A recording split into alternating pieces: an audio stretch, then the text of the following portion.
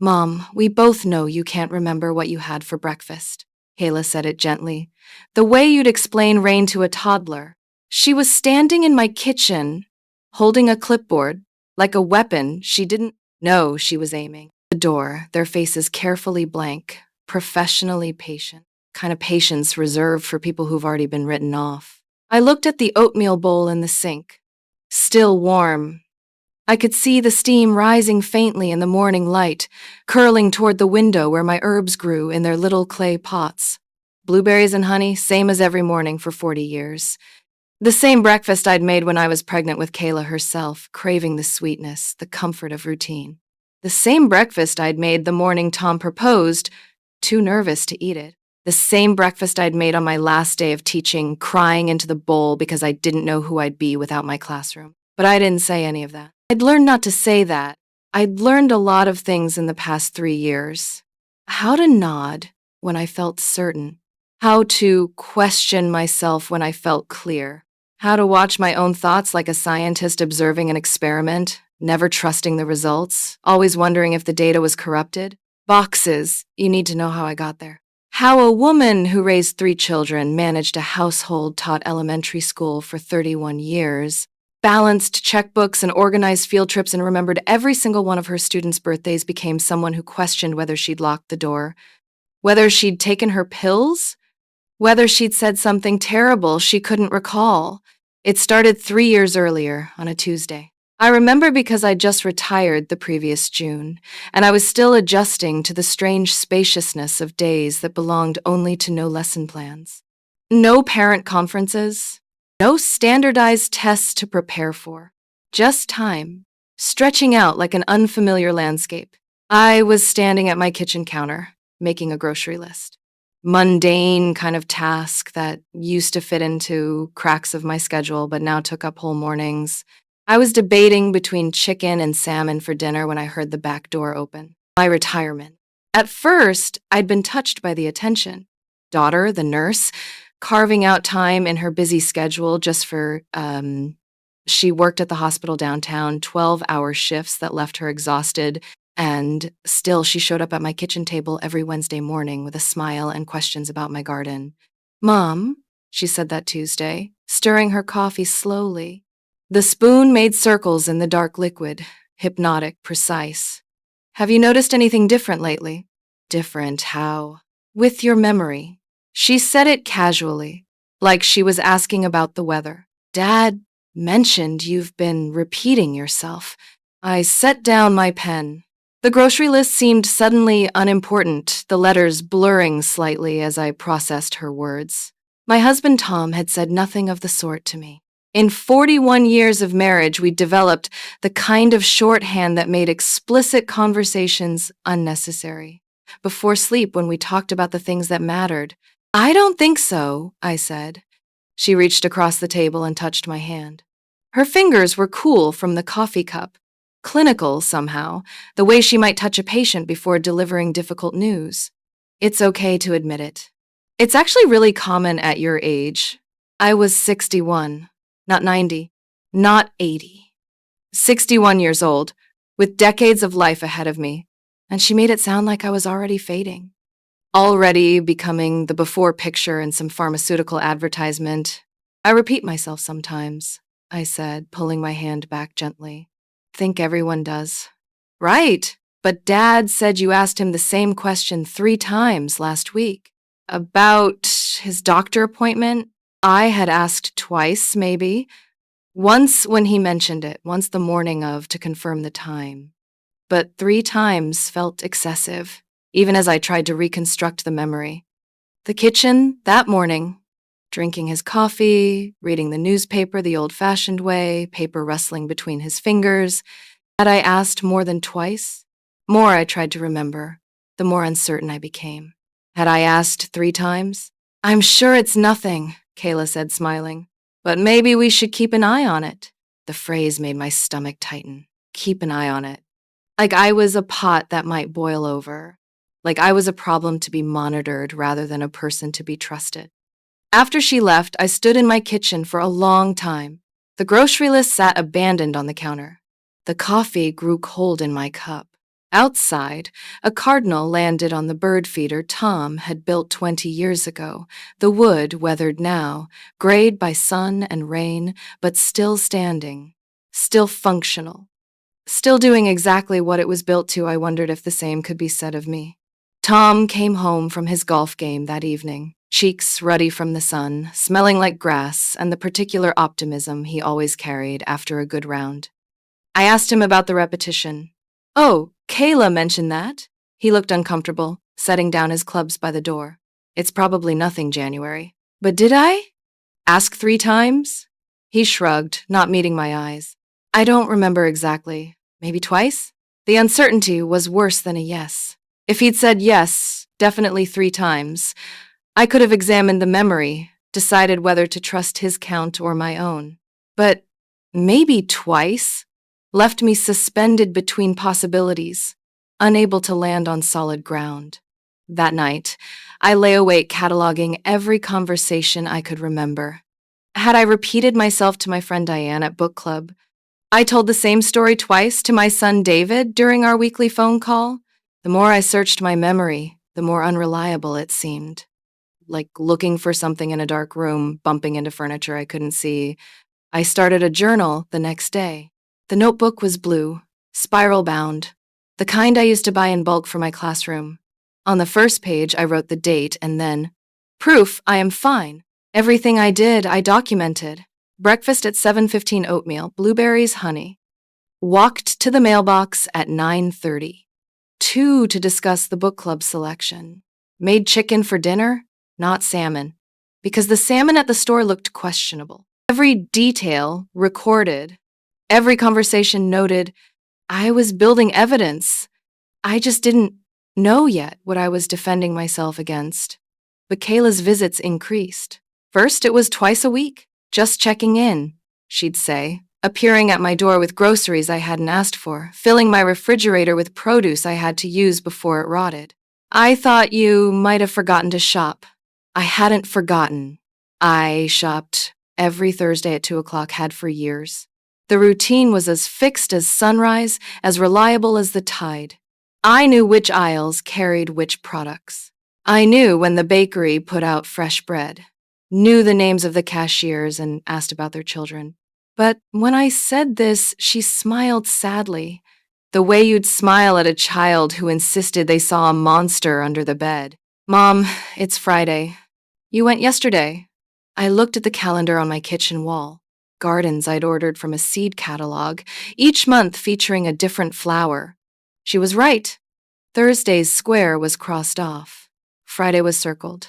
The disorientation felt like stepping off a curb in the dark, that lurch of the body when the ground isn't where you expect it to be. "I must have mixed up the days," I said. "It happens," she said, putting away the groceries. Milk, bread, eggs, the same items I'd bought yesterday. Or had I? I couldn't remember anymore what was in my refrigerator before she opened it. Couldn't remember if the milk was full or nearly empty. After she left, I checked the fridge. There was milk, nearly full. Bread, fresh. Eggs, a full dozen. Had I bought it twice? Had I gone to the store Thursday, forgotten by Friday? Or had I not gone at all, and she'd bought everything I thought I remembered buying?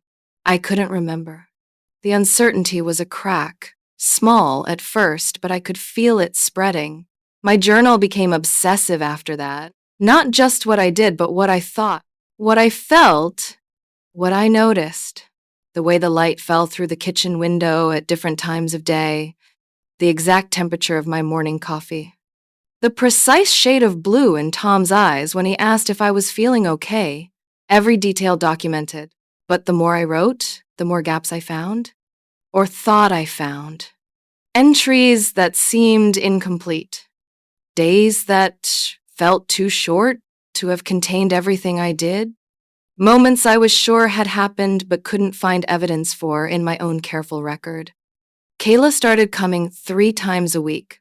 "Just making sure you're taking your vitamins," she'd say.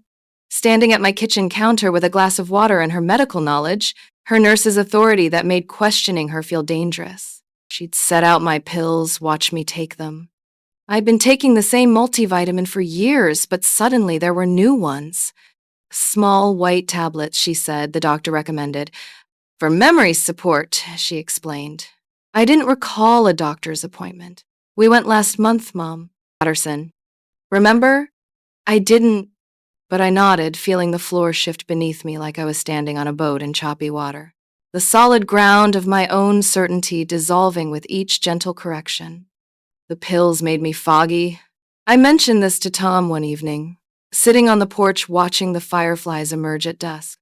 He was reading, glasses perched on his nose, looking like the man I'd married 40 years ago, just grayer, more lined, more tired. Maybe that's just the memory thing, he said carefully, not looking up from his book.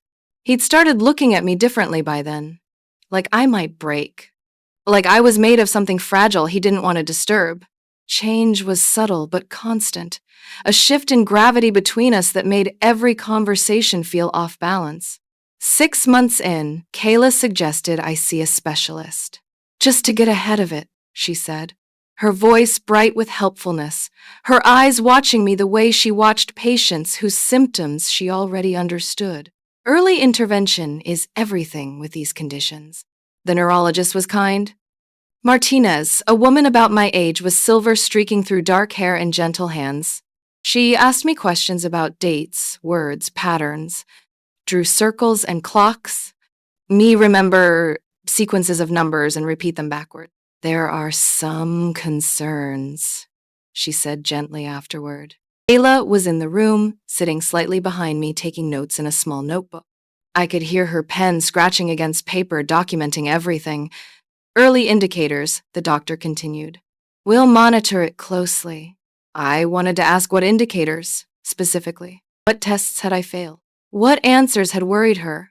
But Kayla was nodding sympathetically, squeezing my hand like I'd just received terrible news I needed help processing, and I felt too tired to fight. The fog from the pills had become constant by then. Not dramatic, not obvious, just a subtle softening of edges, a slight delay between thought and speech, a gentle blur that made everything feel slightly unreal, like watching my life through a window that needed cleaning.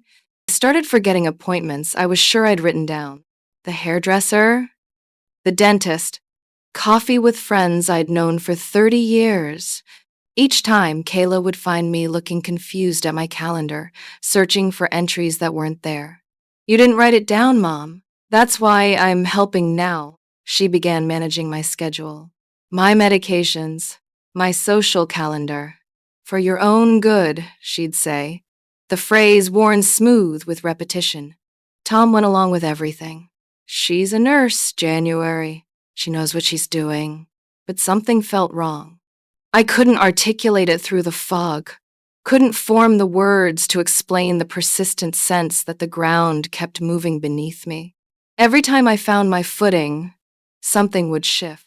A missed appointment, a conversation I couldn't remember, a bill that went unpaid despite my certainty I'd sent the check. My friend Diane called one afternoon. People's children all day. She'd retired 2 years before me, spent her time gardening and reading and hosting book club in her sunroom every third Tuesday.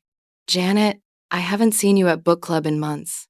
I didn't know there was book club, I said, confusion bleeding through my voice. Nobody told me. Every third Tuesday.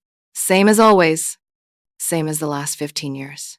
I looked at my calendar, the one Kayla now managed, filling in appointments and commitments in her neat, efficient handwriting. No book club marked anywhere. I must have forgotten, I said, the words tasting like a lie even as I spoke them. Janet, are you okay? You sound different. I'm fine, I said. But even I didn't believe it anymore. After we hung up, I sat with my journal, flipped back through months of entries, searching for something I couldn't name. And there, in my own handwriting, notes about book club, plan to attend. Reminders about what book we were reading, thoughts about the discussion questions I wanted to raise, but no memory of writing them, or of going, or of not going. The erasure felt complete. like someone had taken an eraser to my life and rubbed out selected portions, leaving blank spaces where memories should be. I made an appointment with my doctor without telling Kayla. Patterson, the same physician I'd seen for 20 years. I needed answers that weren't filtered through my daughter's concern, questions I could ask without gentle corrections about what I remembered and didn't. But when I showed up at the office, the receptionist looked confused. Mrs. Foster, that appointment was yesterday. No, I said, gripping the counter for support. I wrote it down. Today, 2 o'clock. She turned her computer screen toward me, sympathy softening her professional expression. Yesterday, 2 o'clock, marked as a no-show. I drove home shaking so badly I had to pull over twice. Sat in a grocery store parking lot, hands trembling on the steering wheel, trying to understand how I could have gotten the day wrong. Written it down. I remembered writing it down. The blue ink, the careful letters, the satisfaction of taking control of something. But I imagined that too.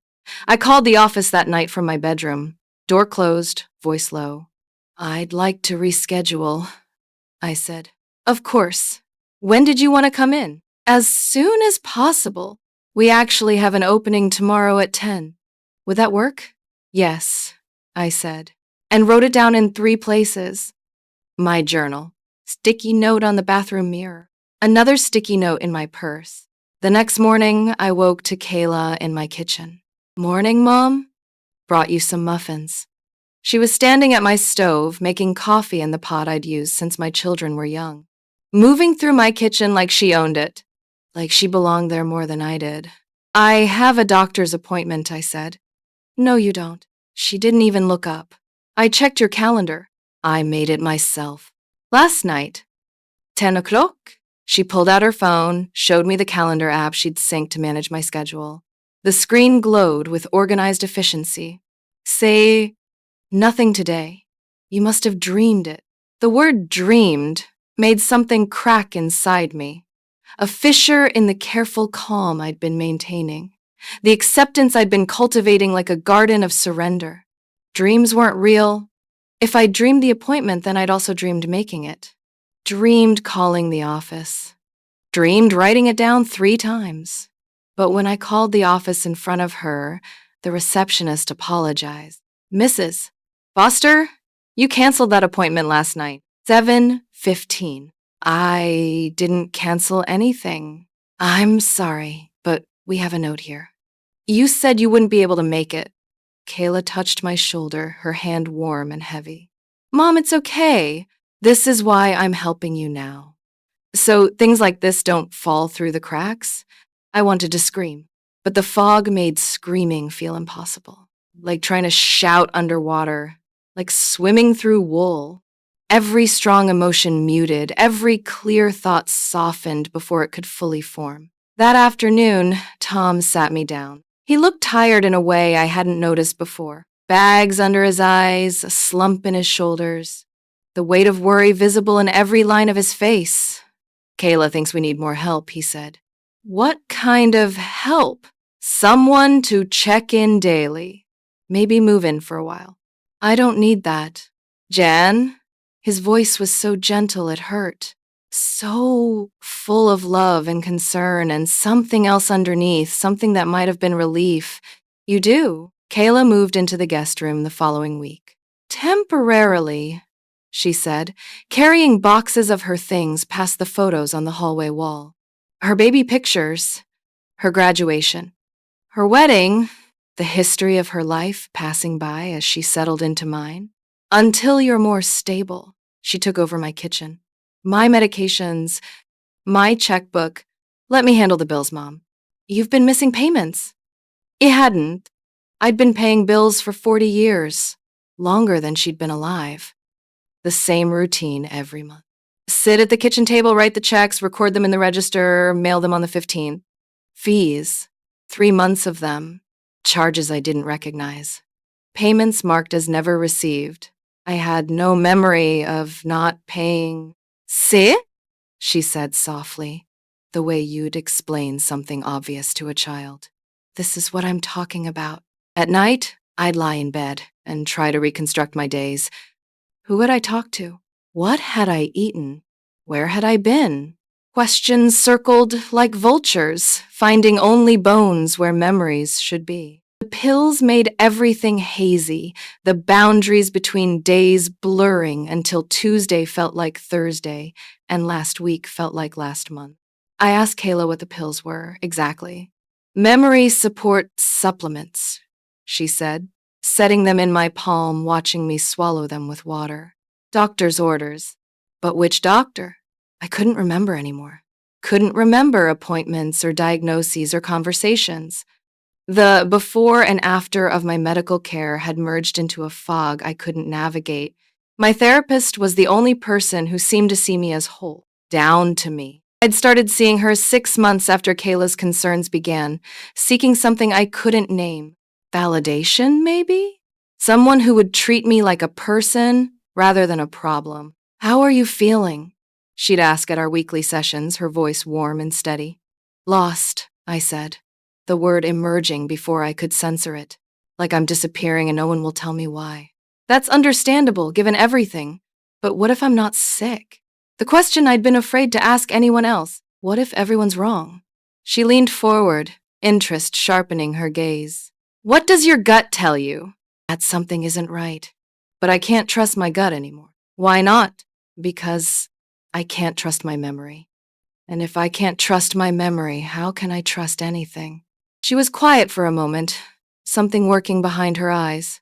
Janet, would it help to record our sessions? For your notes? Record them? Yes. On your phone. So you can listen back.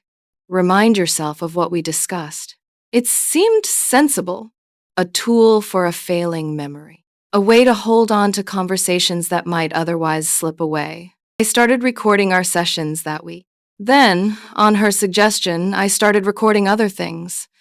Conversations that felt important, moments I wanted to preserve. Sound of Tom's voice when he said, "Good morning." The tone Kayla used when she explained my limitations. The small exchanges that made up my shrinking life. It's a memory aid, Doctor, Chen said.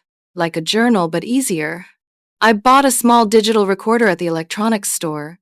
The clerk was young, patient, didn't treat me like I was too old to understand technology. He showed me how to use it, how to save files, how to organize recordings by date. I bought extra batteries, a case to protect it, treated it like the lifeline it would become. I kept it in my cardigan pocket. The weight of it against my chest was comforting, a small secret that belonged only to me. I pressed record when Kayla came over. When Tom and I talked, when I felt confused and wanted to track what happened, when the fog descended and I needed something solid to hold on to, it made me feel less lost. Like I was building a map of days I couldn't quite hold, like I was leaving breadcrumbs for a future version of myself who might need to find her way back. Kayla found the recorder 3 months later. Mom, what's this? She held it up, the small black device looking alien in her hands. I felt a flash of fear, like being caught with something forbidden. Doctor, Chen suggested it.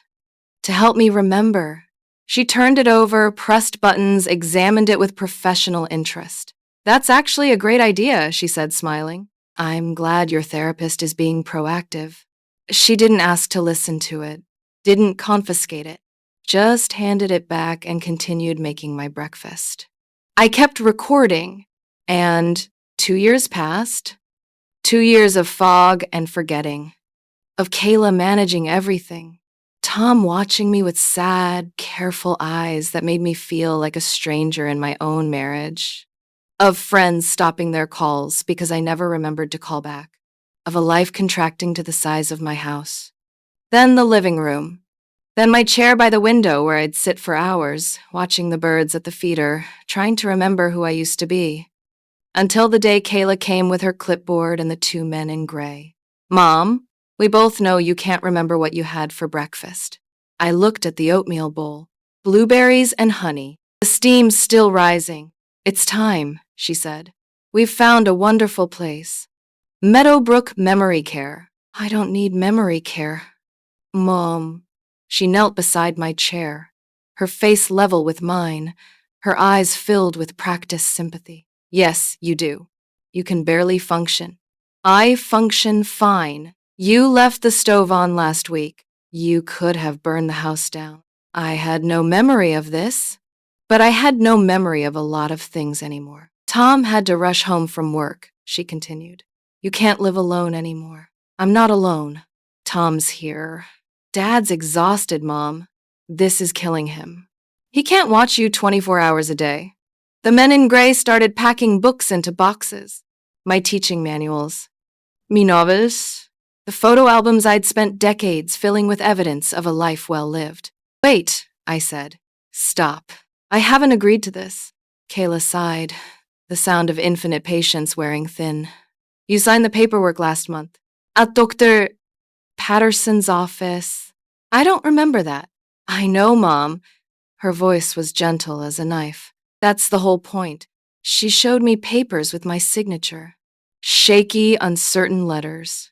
Not quite mine, but close enough. The kind of signature I might produce if I was drugged. Confused. Not myself. This is happening today, Kayla said, standing. I've been patient, but you're not safe here anymore. We've made all the arrangements. Tom appeared in the doorway. He'd been hiding, I realized, waiting for her to do the hard part. Jan, it's for the best. He wouldn't meet my eyes. Couldn't look at me as my life was boxed up and carried away by strangers. And I understood suddenly. He was relieved to pass me off to professionals, to have his life back, not have to watch his wife disappear in slow motion anymore. Realization hit harder than the fog ever had. My partner of 41 years was complicit in this, tired of me, ready to move on. I'll pack your clothes, Kayla said. The movers will handle the furniture. Furniture? We're selling the house, Mom. You don't need it anymore. This is my house. Actually, she said carefully, it's in a trust. Dad's the trustee now. For your protection, everything was moving too fast. My house, my things, my life dismantled in an afternoon. I need to use the bathroom, I said. Make it quick. We have a schedule. I locked the bathroom door, sat on the closed toilet lid, the tile cold beneath my feet, the fluorescent light harsh and unforgiving. My reflection in the mirror looked old, defeated, like someone who'd already given up. I pulled out my recorder, pressed play on the most recent file with trembling fingers, heard Kayla's voice from 2 days earlier. Mom, I need you to sign this. It's for your protection. My voice uncertain. What is it? Just medical paperwork. In case something happens. What kind of something? Mom, please. I've explained this 3 times already. I don't remember you explaining it. A sigh. That's the dementia, Mom. This is why we need these safeguards. I fast-forwarded through the files. Weeks of conversations I'd forgotten. Months, years. Kayla's voice, patient and kind, guiding me through confusion. But underneath something else, small cruelties I'd missed in the moment. No, Mom, you didn't tell me that. You're imagining things again. Mom, that never happened. You need to stop inventing memories. If you can't remember our conversations, how can you make your own decisions? A pattern emerging from the fog like a photograph developing. Every confusion exploited. Every gap widened. Every doubt nurtured like a garden of manipulation. I scrolled further back, found a file from 18 months earlier. My voice.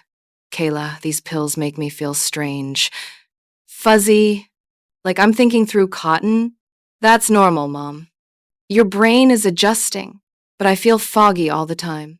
I used to be sharp. I used to remember everything. That's the condition, not the pills. The pills are helping? Trust me. Something about her tone made me pause. Too smooth, too certain. The voice she used with difficult patience, I realized. The professional calm that concealed something else. I kept listening. Found a recording from my therapist's office, months old. Chen's voice. Janet, have you had an independent medical evaluation recently? I see Dr. Patterson every few months. But has anyone else examined you? Someone Kayla hasn't coordinated?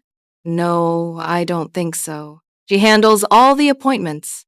Would you be willing to try? Just for a second opinion? Kayla says it's not necessary. What do you think? A long pause. Then my voice, small and uncertain. I think I'm afraid of what they'd find. Or what they wouldn't find. Doctor, Ken said gently. Someone knocked on the bathroom door. Mom? You okay in there? I stopped the recording. Fine, I called, my voice steadier than I felt. 1 minute. I stared at the recorder in my hands.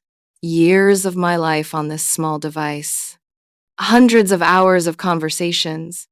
Evidence of something I couldn't quite name yet. But close. So close. I slipped it back in my pocket. Flushed the toilet for cover. Opened the door. Ayla stood there, keys in hand, impatience flickering beneath her concern. Ready? No, I said, but I don't think that matters. She smiled sadly, the expression practiced and perfect. You'll be happy there, Mom. They have activities. Other people like you, people like me, people who'd forgotten who they were. The facility was nice, clean. Smelled like lavender and industrial cleaner, the kind of scent meant to mask something else.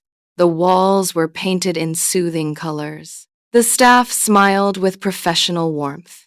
Everything designed to feel like home without actually being home. We'll need to do a medical evaluation, the director said, a pleasant woman with silver hair and kind eyes.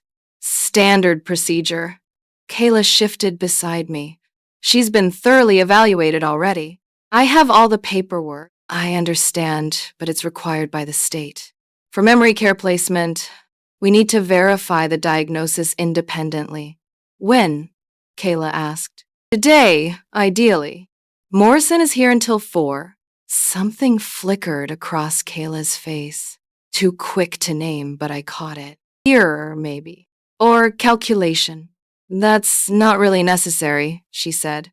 We have all her files. The director smiled, kind but firm. I'm sorry, but it's not optional. State law. Kayla's grip on her clipboard tightened, her knuckles whitening. Fine, she said, but make it quick. We have other arrangements to finalize. Morrison was younger than I expected. Late 30s, dark skin, warm eyes, efficient hands. She led me to a small office and closed the door. Mrs. Foster, I'm going to ask you some questions. Don't worry about right or wrong answers. Just do your best. She asked me questions, simple ones at first. What day is it? Wednesday.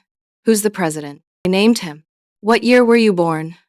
1963. Count backward from 100 by sevens. 93, 86, 79, 72, 65. Then harder ones. Remember these 3 words. Apple, table, penny. Draw a clock showing 3:15. Repeat this phrase exactly. No ifs, ands, or buts. I waited for the fog to swallow me, but it didn't come. For the first time in years, the fog wasn't there. The words were clear. The clock was perfect, the hands pointing precisely where they should. The counting, flawless. Morrison made notes. Looked up at me, frowning slightly. Mrs. Foster, when were you last evaluated? 3 months ago, I think. Bedokter. Patterson. And what was the diagnosis? Early onset dementia. Progressive. That's what Kayla says. She made more notes. Can you tell me what medications you're currently taking? I listed them. The vitamins, the blood pressure pills, the small white tablets Kayla gave me every morning. And who prescribed these? Dr. Patterson, I assume. My daughter manages them. Your daughter is Kayla Foster? The nurse? Yes. More notes? More frowning. Something working behind her eyes. Mrs. Foster, I'd like to run some additional tests. Blood work, imaging if possible. Blood work, imaging if possible. Why? Kayla's voice from the doorway. I hadn't heard her come in. We've done all this. multiple times. Morrison looked at her steadily. Because your mother's cognitive function is completely normal. The room went very quiet. That's not possible, Kayla said, stepping forward. She can barely remember her own name. Ask her what she had for breakfast. She told me. Oatmeal with blueberries and honey. Same as every morning for 40 years. She's having a good day, Kayla said quickly, adjusting. Tomorrow she won't know what year it is. That's how this disease works. She remembered 3 complex words I gave her 20 minutes ago. She drew a perfect clock. Her recall is excellent. This isn't typical, Kayla insisted. You haven't seen her at her worst. Morrison stood. Miss Foster, I need to speak with the director. Mrs. Foster, please stay here. After she left, Kayla turned to me. Her face had changed. The mask of concern slipping, something harder underneath. Mom, listen to me. Don't say anything else, okay? Let me handle this. Why would my cognitive function be normal? It's a fluke. A good day. You know how confused you get. This doctor doesn't know you. She doesn't understand your case. But her voice had changed too. Higher pitched. Faster. The voice she used when she was lying to patients' families, I realized. I'd heard her use it on the phone 100 times, explaining things that weren't quite true in ways that sounded convincing. I'm going to tell them the truth, I said. What truth, Mom? You don't even remember the truth. I remember everything right now. For now. Then tonight you'll forget this conversation ever happened, like you always do. She said it with such certainty, like my memory was a switch she could flip, like my forgetting was guaranteed. The director returned with Dr. Morrison. Mrs. Foster, we'd like to postpone your admission, the director said, until we sort out some discrepancies. What discrepancies? Kayla demanded. Between your mother's current presentation and her medical history? She has dementia. It's been diagnosed by multiple doctors. We've contacted Dr. Patterson's office. Doctor? Morrison said. They're sending over her complete files. Kayla's face went pale. A flash of something I'd never seen before. Fear, genuine and undisguised. This is ridiculous. My mother needs memory care. Look at her. She's clearly impaired. She doesn't appear impaired right now, the director said gently. And our evaluation suggests her cognitive function is well within normal range. Because she's faking it, Kayla snapped. Then caught herself too late. I mean, she's having one of her lucid moments. They can last hours sometimes. But the damage was done. The director and Dr. Morrison exchanged glances. The kind of look that contained an entire conversation. We'll be in touch once we review the records, the director said. In the meantime, perhaps your mother would like to return home. Kayla grabbed my arm. We're leaving. She pulled me through the facility, past the soothing colors and the professional smiles, past the other residents shuffling through their diminished lives. Her grip was tight enough to bruise. In the car, silence. Her jaw clenched so tight I could see the muscles working. Finally, what did you tell them? Nothing. I just answered their questions. You're ruining everything. What am I ruining? She didn't answer. Just drove, hands white-knuckled on the steering wheel. At home, Tom was waiting in the living room. The boxes the movers had packed were still stacked by the door, my life in cardboard. How'd it go? Terrible, Kayla said, dropping her clipboard on the table. They want to delay admission. Some bureaucratic nonsense about independent evaluation. Tom looked at me. Something different in his expression now. You okay, Jan? The doctor said my cognitive function is normal. His expression shifted. Confusion, then something that might have been hope, or might have been fear. Normal? It's a misunderstanding, Kayla said quickly. Mom had a good hour. It doesn't mean anything. These tests aren't reliable for fluctuating conditions. But Tom was still looking at me. Really looking for the first time in months. Jan, do you feel normal? I feel clearer than I have in years. The words hung in the air between us. evidence of something we hadn't acknowledged. Kayla laughed, but it sounded wrong. High and sharp. Say, this is the disease. She thinks she's fine when she's not. That's textbook anosognosia. I am fine. You're not, Kayla said, voice rising. Stop pretending. I'm not pretending. Then explain the missed appointments, the repeated questions, stove you left on, the bills you didn't pay, the credit card late fees. Explain all of it. I opened my mouth, closed it. I couldn't explain any of it. The gaps were real. The confusion had been real. The fog and the forgetting and the slow erosion of everything I'd been. Exactly, Kayla said. You can't. Because you're sick, Mom. Denying it doesn't make it less true. She left the room. I heard her in the guest room, on the phone, low, urgent conversation. Words I couldn't quite make out but could feel. Vibration of plans being adjusted, strategies being revised. Tom sat beside me on the couch. Jan, I don't understand what's happening. Neither do I. But you feel okay right now? Yes. I reached for his hand, found it cold, like the fog lifted. Maybe it comes and goes, he said hopefully. Maybe you're getting better. I wanted to believe that. Wanted to believe my brain was healing itself, fighting off whatever was wrong. But something nagged at me. The pills. I hadn't taken them today. In the chaos of the morning, the men in gray and the boxes and the clipboard, I'd missed my morning dose. The small white tablets Kayla watched me swallow every day. Tom, what color are my pills? What? The ones Kayla gives me. What do they look like? White, I think. Small. And what are they for? Memory support. Something like that. Some kind of supplement. Did you ever see the prescription? He frowned, uncomfortable. Kayla handles that. She's the nurse. I went to the bathroom. Evening doses. Small white tablets in Monday's slot.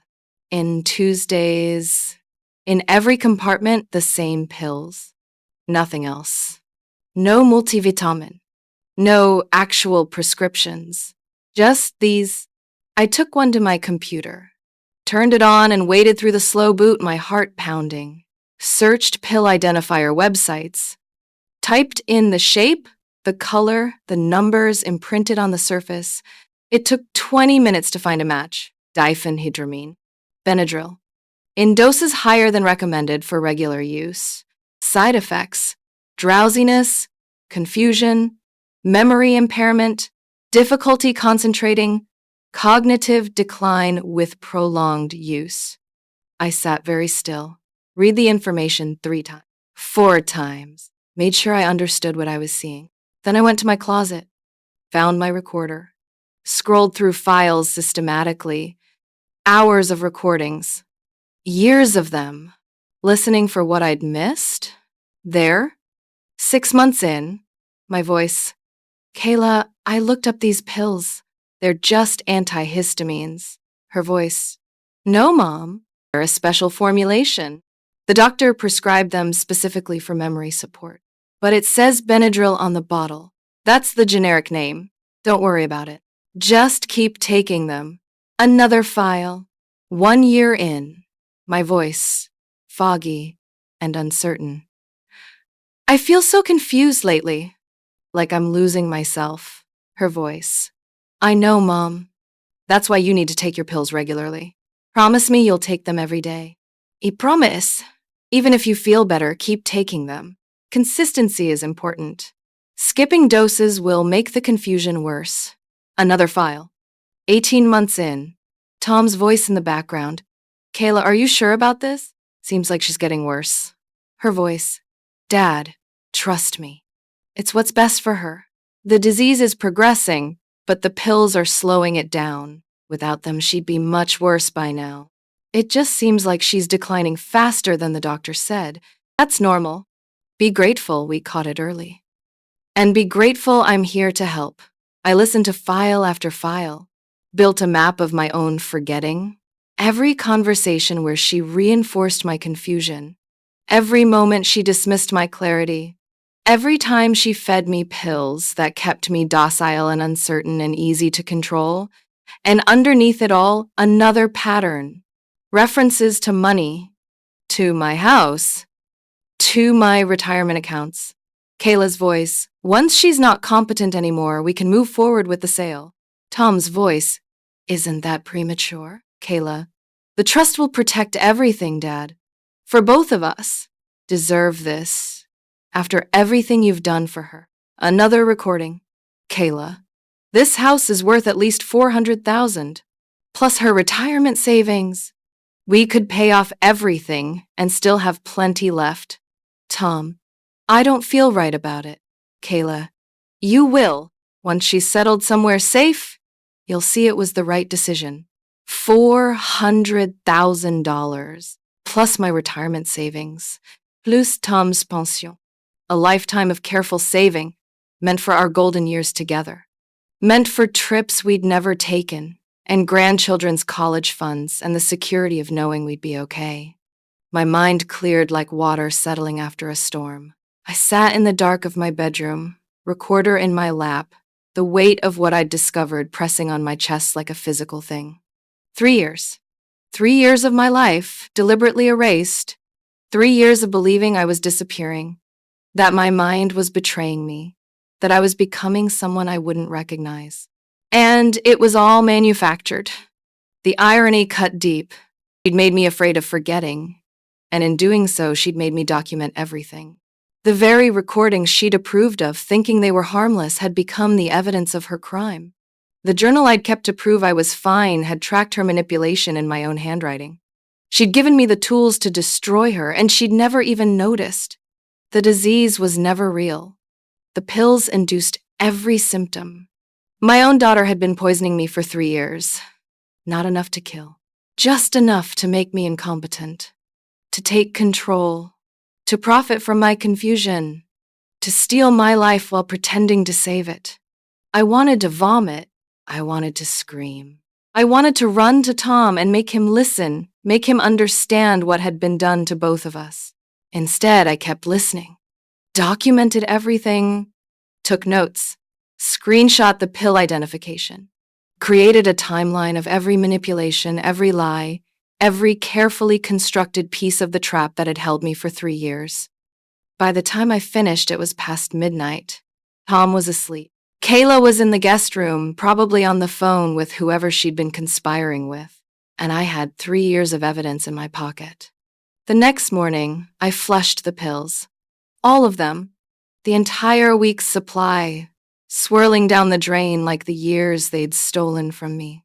I replaced them with actual multivitamins that looked similar. Same shape, same color, close enough to pass inspection. When Kayla came to watch me take them, I did. Swallowed them with water while she watched, her eyes tracking the movement of my throat. Good girl, Mom, she said, and I hated her. Hated her in a way I'd never hated anyone. The hatred was clean and cold and clarifying.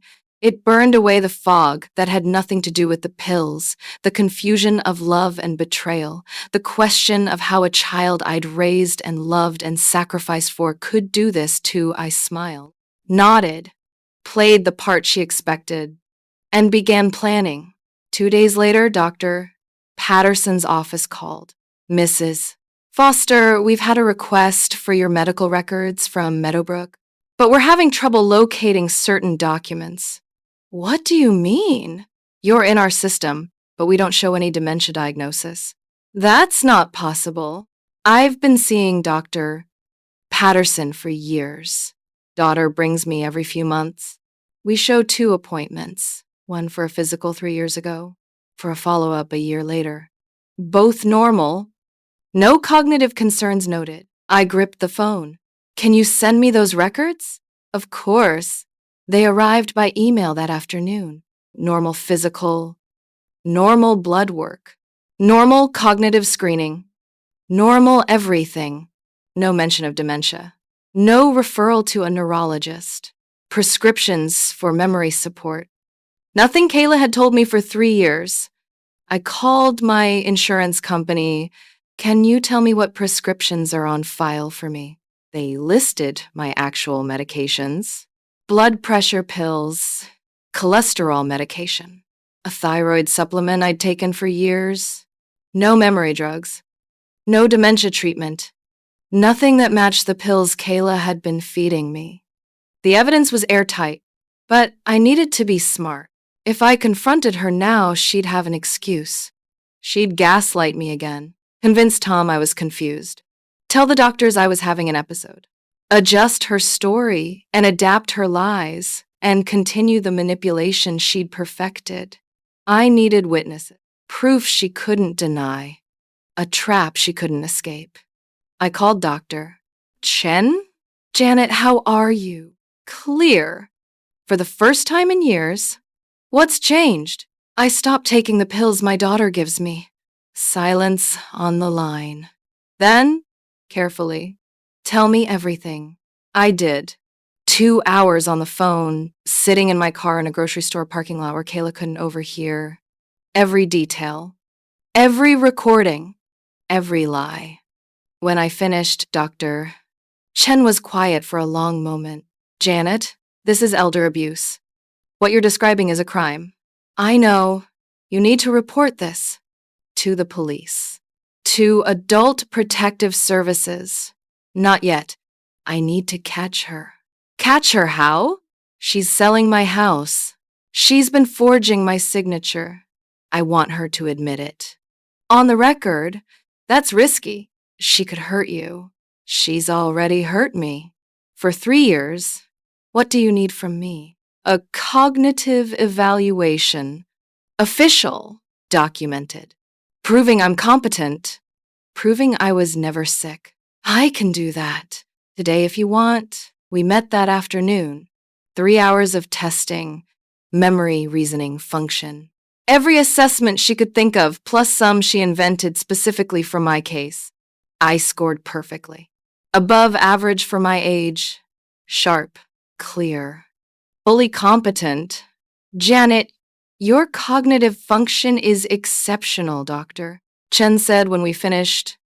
Better than most people half your age. Can you put that in writing? Absolutely. The next day, I went to the bank. I'd told Kayla I had a dentist appointment. She'd offered to drive me, but I insisted I was fine. Played the part of a woman having a good day. A woman who might be allowed brief independence. I'd like to review my accounts, I told the bank manager. All of them.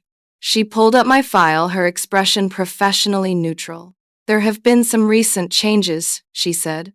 What kind of changes? Your daughter was added as a joint account holder 6 months ago. I didn't authorize that. We have your signature. She showed me. My name in shaky, uncertain letters. Not quite mine. The kind of signature I might produce while drugged, or that someone might forge while studying my handwriting. That's not my signature, I said. It matches what we have on file. Can you compare it to signatures from before 6 months ago? She did. The difference was obvious. The older signatures were confident, precise. The letters I'd written for decades, consistent and sure. The recent ones were crude copies, uncertain. Not quite right. I'd like to remove her from all accounts, I said. I'll need to verify your identity and competency. I have documentation. I showed her Dr. Chen's evaluation. Fresh medical records? Proof of cognitive function from multiple sources. The manager's expression changed. Shifted from professional neutrality to something sharper. Mrs. Foster, I think you should speak with our fraud department. By the time I left the bank, Kayla's access was frozen. A fraud investigation was pending, and I had copies of every forged document. That evening, I sat Tom down. He was in his recliner, watching the news, the same routine as every evening for 40 years. But I stood in front of the television, blocking his view. We need to talk. About what? About Kayla. And what she's been doing. Jan, I don't think. Listen to me. Something in my voice made him go quiet, made him look at me differently. Like he was seeing someone he'd forgotten existed. I showed him everything. The pills. The drug identification, the medical records that showed no dementia, the bank fraud, the forged signatures, and then I played the recordings. His face went gray as his daughter's voice filled the room. Planning to sell our house? Plotting to have me committed? Counting our money like it already belonged to her. May God, Jen. I know. How long have you known? 5 days. Since I stopped taking the pills. Why didn't you tell me? I needed proof you couldn't deny. I needed you to hear it yourself. He listened to more recordings. Heard Kayla convincing him I was incompetent. Heard her coaching him on what to say to doctors. Heard her planning a future where I was locked away and forgotten. When it was done, he sat very still. Tears running down his face, aging him 20 years in the space of an hour. What do? We confront her tonight with witnesses. What witnesses? My therapist is coming. The bank fraud investigator is on standby. And you, I called Kayla. Can you come over? We need to discuss the Meadowbrook situation. She arrived an hour later. Confident, prepared, ready to continue the manipulation. She found Dr. Chen sitting in our living room. What's this? Kayla asked, stopping in the doorway. An intervention, I said. Her eyes narrowed. Calculating. Mom, you don't need an intervention. Not for me. For you, I laid out the evidence. The pills and what they really were. The forged signatures. The bank fraud. The fabricated diagnosis. The 3 years of manipulation. With each piece, Kayla's expression shifted. Defensive to angry to calculating to afraid. The mask slipping, the real face underneath finally visible. This is ridiculous, she said finally. Mom, you're confused again. This is one of your episodes. Play the recording, I told Tom. He pressed play on our stereo. Kayla's voice filled the room. Once she's in memory care, we can sell the house. Split it. Deserve this, Dad. After everything you've done, taking care of her all these years. Tom's recorded voice. I don't feel right about it. Her voice. She'll never know. She can't remember anything anymore. It's really a mercy. Silence. Kayla stared at the stereo like it had betrayed her. You recorded me? You told me to record conversations? From my memory, remember? That's illegal. Actually, Doctor, Chen said calmly, in this state, it's legal to record conversations you're part of. Janet was protecting herself. Kayla turned on her. Who are you? Dr. Chen, Janet's therapist. I've been monitoring her cognitive function for 3 years. She has never shown any signs of dementia. She has dementia. Check her medical records. I have. From multiple sources. No dementia. Never was. Kayla's face flushed red. The composure cracking. This is insane. Dad, tell them. But Tom just looked at her. His daughter, his firstborn. The child he'd held in his arms 35 years ago. Why, Kayla, we would have helped you if you needed money. I don't need your help, she spat. I need what I'm owed. Owed? For taking care of her? For putting my life on hold? For dealing with this for 3 years? You caused the problem you were solving, I said quietly. You drugged me, made me confused, then positioned yourself as the solution. She laughed. Sharp, bitter, ugly. You have no idea what you've cost me. Do you know how much time I've spent on you? How many opportunities I've missed? I could have been head nurse by now. I could have had a life. But no, I had to take care of precious Mom. You poisoned me. I gave you Benadryl. Hardly poison, just something to make you manageable. The admission hung in the air. Everyone had heard it. Chen, Tom. Tom stood slowly, his face a mask of grief and rage. Get out, Dad. Get out of my house. Now. This is ridiculous. You're choosing her over me? After everything? You hurt your mother. For money. Get out before I call the police. Kayla grabbed her purse, turned to me one last time. You're going to regret this. When you actually do lose your mind, don't come crying to me. I won't be there. I won't, I said. I never needed you there. You just made me believe I did. She slammed the door so hard the pictures on the wall rattled. Through the window, I watched her get into her car, watched her sit for a long moment with her hands on the steering wheel, watched something I couldn't name cross her face. Then she drove away and I never saw her in person again. Sometimes I wonder what she was thinking in that moment. Whether she felt remorse or just rage at being caught. Whether some part of her understood what she'd done, or whether she'd convinced herself so thoroughly that she was owed this, that she was the victim of ungrateful parents who didn't appreciate her sacrifices. I'll never know. And I've stopped trying to understand. After she left, the silence was enormous. Tom sat back down looking like he'd aged a decade. I believed her, he said. I believed everything she said. She's convincing. She's been lying to people professionally for years. But you're my wife. I should have known. How could you? She drugged me, made me act confused, made the evidence match her story. I should have questioned it, should have gotten a second opinion. She controlled all the information. That was the point. The silence after she left was like coming up for air after nearly drowning. I sat in my living room, Doctor. Chen beside me. Tom across the room looking like a man who'd just watched his world collapse.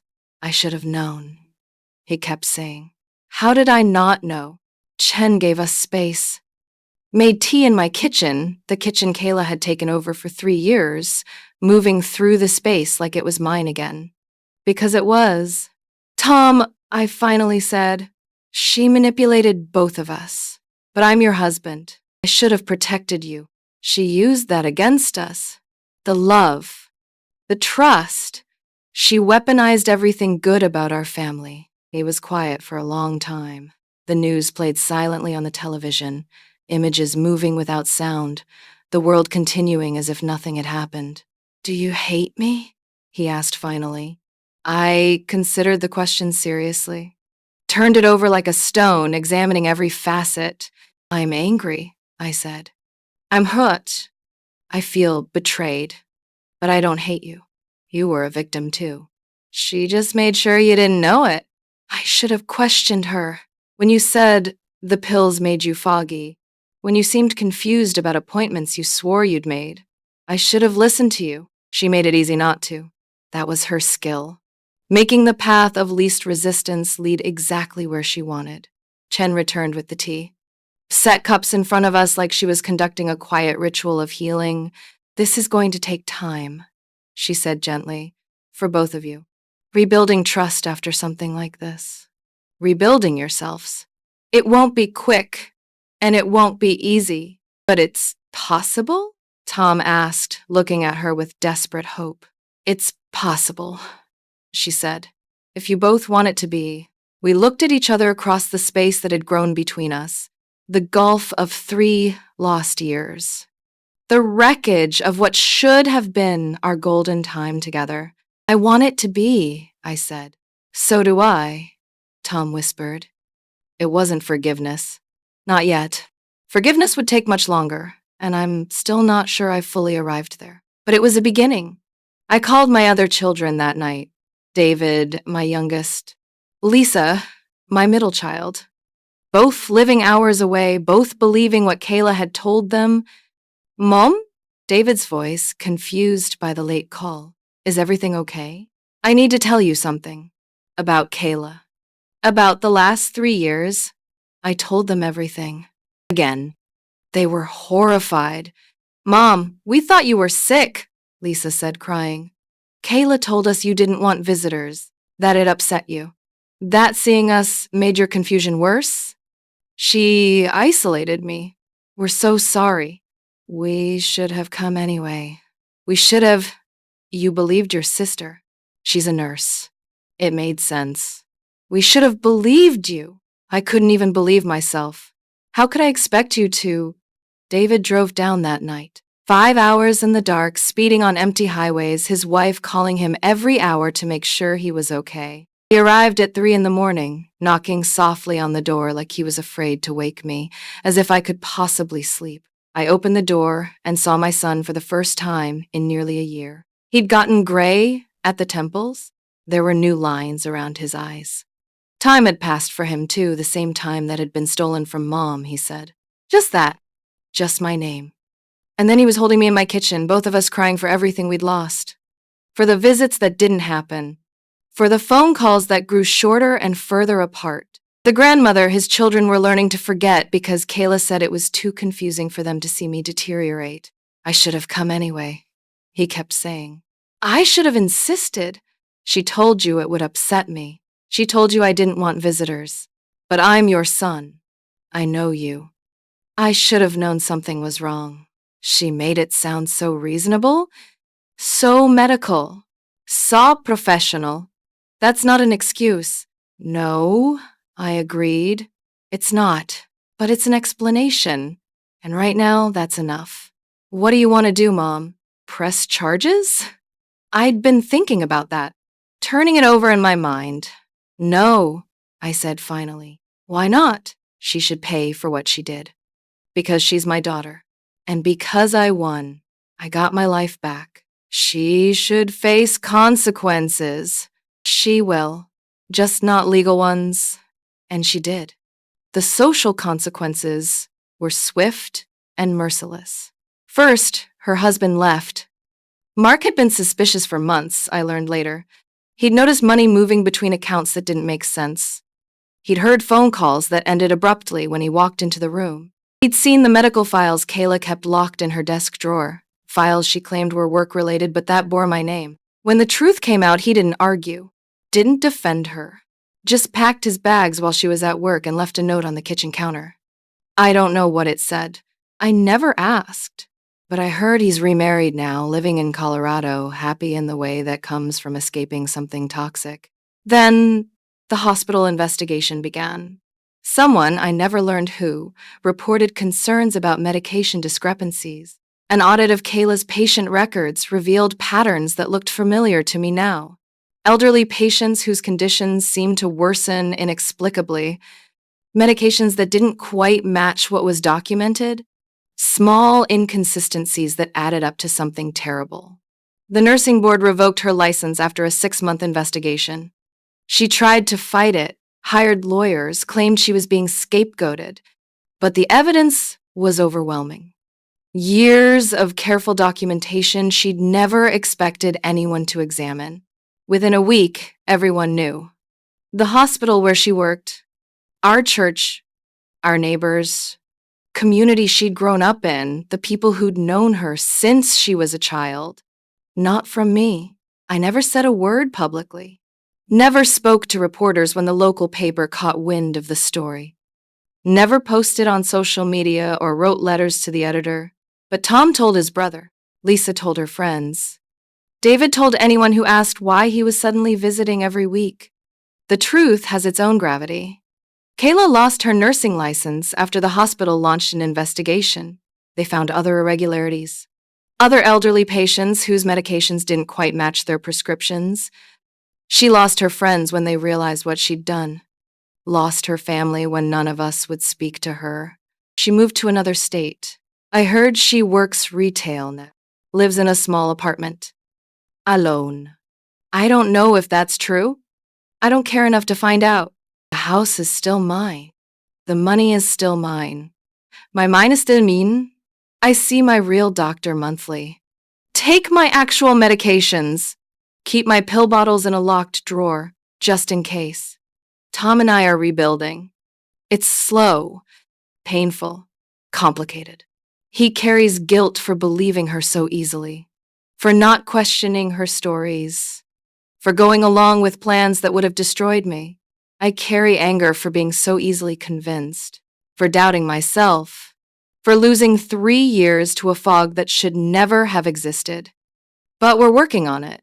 41 years of marriage doesn't disappear because of one terrible chapter. We've weathered worse, haven't we? My other children visit often. Overcompensating, maybe? Trying to make up for the years they stayed away, believing Kayla's lies about what was best for me. But I don't mind. The house is full again. Full of grandchildren's laughter and family dinners and the kind of ordinary chaos I'd forgotten I missed. Chen still sees me. Not as a patient anymore. As a friend. We have coffee sometimes. Talk about books and gardens and the strange resilience of the human mind. You saved my life, I told her once. You saved your own life, she said. I just handed you the recorder. She's right. Every piece of evidence I needed, I gathered myself, even while drugged and confused, even while doubting my own sanity. Some part of me knew to document, knew to preserve, knew that someday I'd need proof that I existed outside her narrative. Looking back, I realized the hardest part wasn't the pills or the lies. It was doubting myself, believing I was disappearing, that the fog was permanent, that my daughter's version of me was more real than my own experience, that I couldn't trust my own mind. That's what she stole from me. Not just years or money or freedom, faith in myself, the simple certainty that I knew my own life. Recovery has been strange.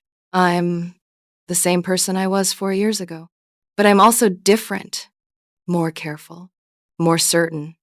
Less willing to dismiss my own instincts when something feels wrong. Less willing to be polite when politeness costs me something essential. I still have the recordings. Backed up in 3 places. Not because I think I'll need them, but because they remind me, proof that I was always here. Always whole. Always myself, even when everyone else forgot. Even when I forgot myself. If you're listening to this and something feels wrong in your own life, trust that feeling. Trust yourself, even when everyone around you suggests you're confused, especially then. Your clarity is not confusion, your memory is not failing, and you are not disappearing no matter who insists that you are. I learned that the hard way, but I learned it. And now, every morning when I wake up in my own house, in my own bed, with my own mind intact, I remember what I almost lost, the life that was nearly stolen from me. The self that almost vanished, the future that would have been empty. And I'm grateful for the fog lifting, for the truth revealing itself, for the recordings that proved I was always here. Still here. Still me. Still standing in my kitchen making oatmeal with blueberries and honey. Same as every morning for 40 years. Same as I always was. Same as I always will be. For as long as I'm here, which it turns out might be longer than anyone expected, including me, especially me. Some days, that's the best revenge of all. Not the lost nursing license, not the exile, not the shame. Just this, waking up clear, knowing who I am, knowing what happened, and knowing that I won, not because I punished her, but because I survived her, and I'm still here, still myself. Still making the same breakfast I've made for 40 years. Still remembering every single bite. For the recordings that proved I was always here. Still here. Still me. Still standing in my kitchen making oatmeal with blueberries and honey. Same as every morning for 40 years. Same as I always was. Same as I always will be. For as long as I'm here. Which, it turns out, might be longer than anyone expected. Including me. Especially me. Some days, that's the best revenge of all. Not the lost nursing license, not the exile, not the shame. Just this, waking up clear, knowing who I am, knowing what happened, and knowing that I won, not because I punished her, but because I survived her. And I'm still here, still myself, still making the same breakfast I've made for 40 years. Still remembering every single bite.